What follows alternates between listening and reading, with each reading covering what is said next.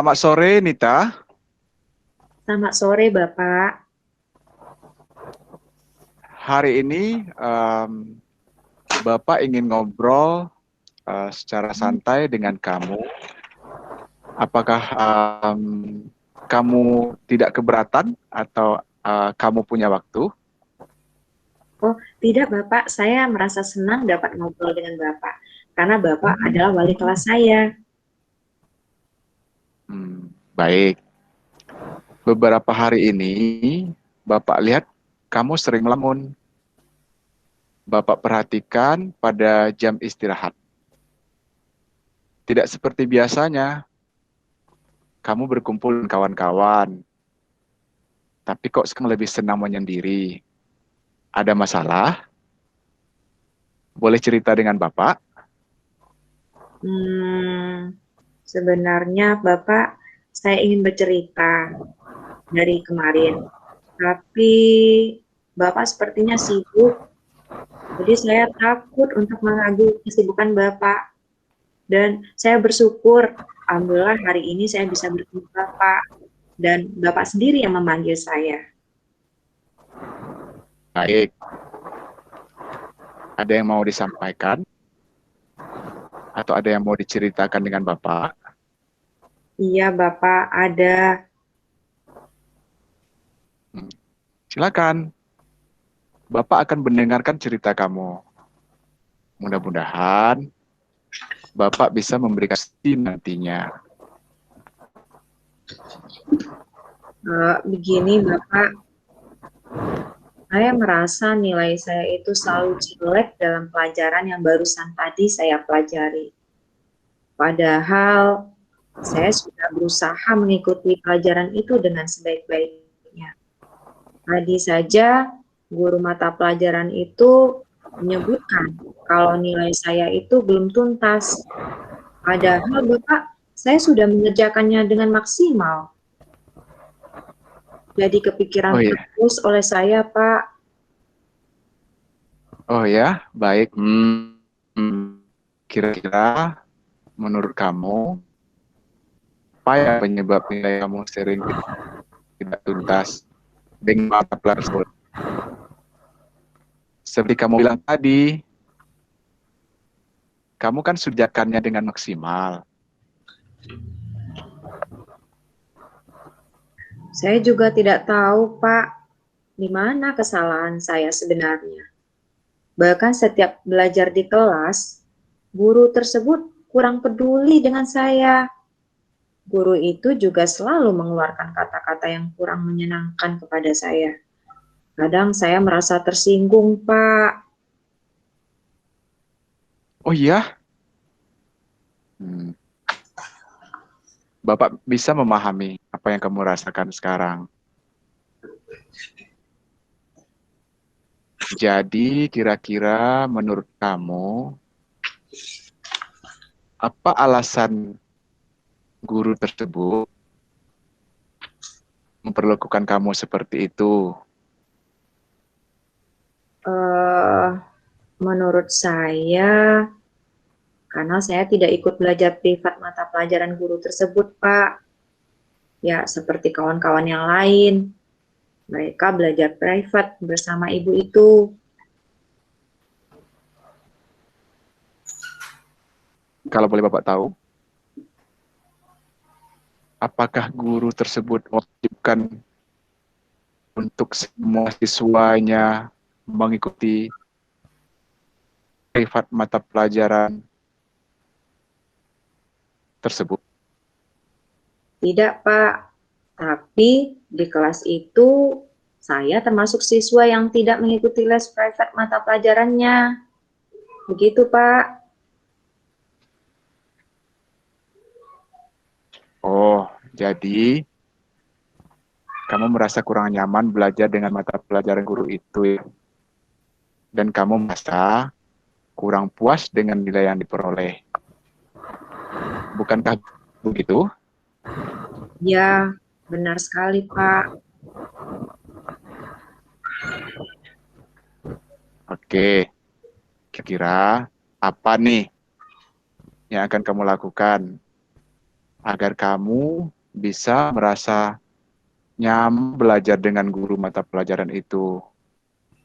Kalau sudah nyaman, tentunya nilai-nilai yang kamu dapatkan pasti bagus seperti teman-teman kamu yang lain. Menurut saya, agar saya merasa nyaman di kelas itu,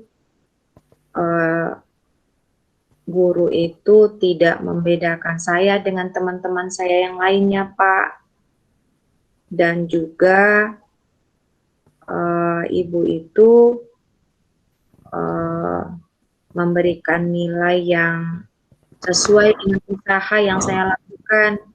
Karena menurut saya, yang saya kerjakan itu, tugas yang saya kerjakan itu tidak jauh berbeda dengan yang dikerjakan oleh kawan-kawan saya di kelas. Begitu, Pak. Nah, bagus. Jadi kira-kira apa nih kegiatan kamu nanti di rumah yang dapat membantu supaya nilai-nilai ulangan kamu dan tugas-tugas kamu bagus seperti nilai teman-teman kamu. Coba kalau boleh Bapak tahu, apa saja nih kegiatan pembelajarannya di rumah? Ya, usaha saya, Pak. Atau apa kegiatan kamu setelah pulang dari sekolah? Silakan cerita dengan Bapak. Ya, tentu saja agar belajar saya hasilnya baik, seperti teman-teman saya yang mengikuti private mata pelajaran dengan guru itu, saya harus belajar keras di rumah dengan cara banyak membaca. Mungkin saja saya bertanya dengan kawan-kawan yang mengikuti private mata pelajaran sama ibu itu, dan juga ya selalu saya ulang pelajaran tersebut, Pak. Harapan saya nanti setelah saya mendapatkan materi-materi dari berbagai sumber itu, Pak, saya bisa mengikuti pelajaran ibu itu dan nilai-nilai saya menjadi bagus seperti teman-teman di kelas. Begitu, Pak. Nah, tepat kali. Berarti kamu mengulangi pembelajaran di rumah dan meluangkan waktu untuk latih di rumah. Kira-kira nih setelah pulang sekolah, kegiatan apa saja yang kamu lakukan? Selain saya mengulangi pelajaran tersebut, saya akan membuat catatan kecil yang mungkin bisa saya gunakan, saya ulang dimanapun saya berada, baik itu di rumah maupun di sekolah. Nah, mungkin dan juga materi-materi yang mungkin didapatkan oleh guru akan saya buat rangkumannya seperti itu. Nah, itu yang bagus. Bapak dengar tadi, kamu membuat catatan-catatan kecil. Di mana itu ditulisnya? Oh, catatan kecil tersebut akan saya tulis di sebuah book note begitu, Pak. Buku kecil yang saya kan di toko buku. Ya, benar. Berarti selain mengulang pembelajaran rumah, berlatih, mengerjakan latihan-latihan dan soal untuk memudahkan mengingat materi pokok dari pembelajaran tersebut, berarti kamu menulisnya dalam bentuk catatan-catatan kecil. Ya, mudah-mudahan nantinya nilai kamu juga bisa melebihi nilai dari teman-teman kamu. Jadi untuk itu siapa nih kira-kira kalau lupa membuat catatan kecil tersebut, kadang-kadang misalnya kamu lagi malas nih, siapa yang bisa mengingatkan? Biasanya Bapak saya memiliki teman yang seide dengan saya, ya, di mana teman saya itu juga membuat catatan kecil untuk materi-materi yang sudah dia rangkum. Nah, itu teman saya itu namanya Rina. Rina itu di kelas 9B2. Nah, Rina itu yang akan membantu saya mengingatkan, membuat catatan-catatan kecil tersebut. Kemudian Pak, saya juga minta bantuan Bapak selaku wali kelas, ya, agar selalu memotivasi saya untuk selalu belajar dimanapun berada, baik di kelas ataupun juga di rumah. Ya, bagus sekali. Ya, Bapak sebagai wali kelas pasti mengingatkan anak-anaknya. Dan tidak terkecuali kamu, supaya di kelas dapat mengikuti pelajaran, dan di rumah juga bisa meluangkan waktu untuk mengulang kembali pelajaran, membuat catatan-catatan kecil, dan hasil nanti mudah-mudahan seperti yang kita harapkan. Nah, setelah kita diskusi ini, gimana nih sekarang? Apa perasaannya? Udah lega belum? Ya, saya Udah nggak murung merasa, lagi? ya, terima kasih Bapak, saya merasa lega sekali sekarang. Saya bahagia sekali, ternyata Bapak sangat perhatian dengan saya. Dan terima kasih Bapak sudah mendengarkan semua keluhan saya. Dan sebenarnya sudah lama ya saya ingin berbincang-bincang dengan Bapak gitu. Dan harapan saya nanti Ibu itu Bapak, harapan saya Bapak juga bisa nanti mengkomunikasikan dengan, maksud saya memfasilitasi saya untuk bisa merasa lebih nyaman lagi di kelas belajar dengan guru itu. Demikian Bapak. Ya, Bapak juga akan nanti ngobrol-ngobrol dengan guru kamu yang di kelas tersebut. Nah, supaya pembelajaran di kelas terlaksana dengan baik. Bapak rasa diskusi kita hari ini sudah cukup. Bapak merasa berterima kasih sekali. Kamu sudah meluangkan waktu dengan Bapak untuk melakukan diskusi ini. Tetap semangat ya belajarnya.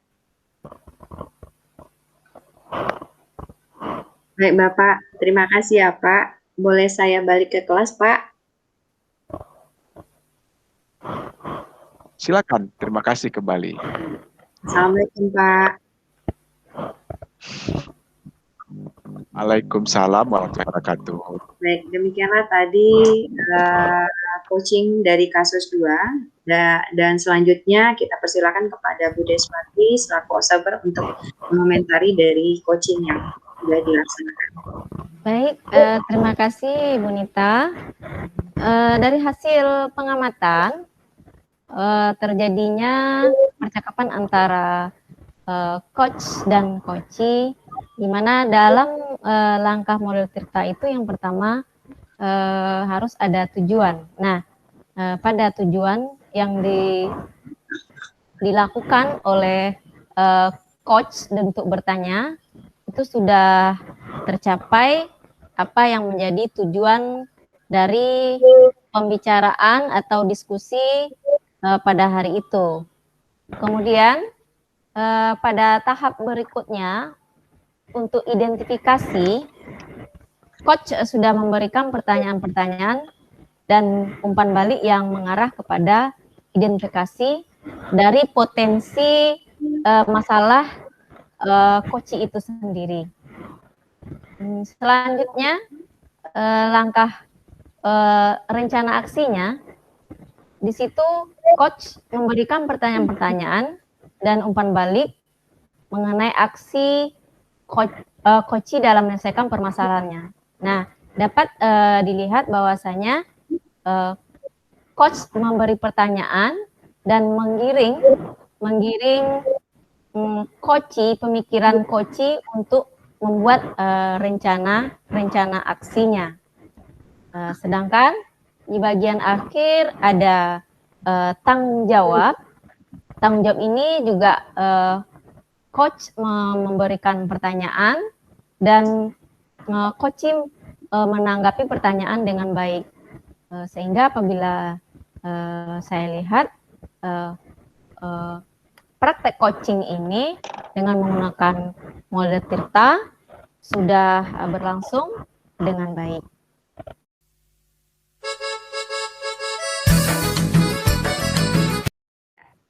Demikianlah tadi coaching yang sudah dilaksanakan untuk kasus 3 kepada Bapak Doniza selaku pengamat untuk bisa memberikan hasil pengamatannya.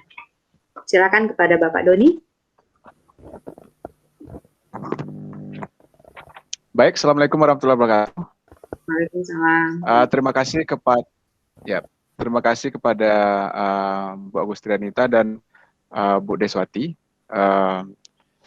Bagus sekali. Masalah waktu dari 20 menit, yaitu 21 menit. Jadi, 21 menit. Ya. Jadi, kalau saya sebagai pengamat, bahwa coaching ini yang dilaksanakan sesuai dengan metode Tirta, itu dari pertama adalah tujuan. Dari percakapan awal antara coaching dengan coach tadi sudah terlihat di situ bahwa ada melihat ada suatu permasalahan ya yang terjadi coach tadi tersebut.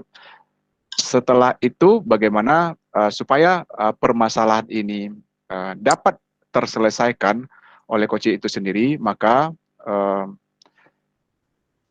coach memberikan pertanyaan kepada coach tadi untuk yaitu untuk mengidentifikasi apa saja sebenarnya permasalahan yang muncul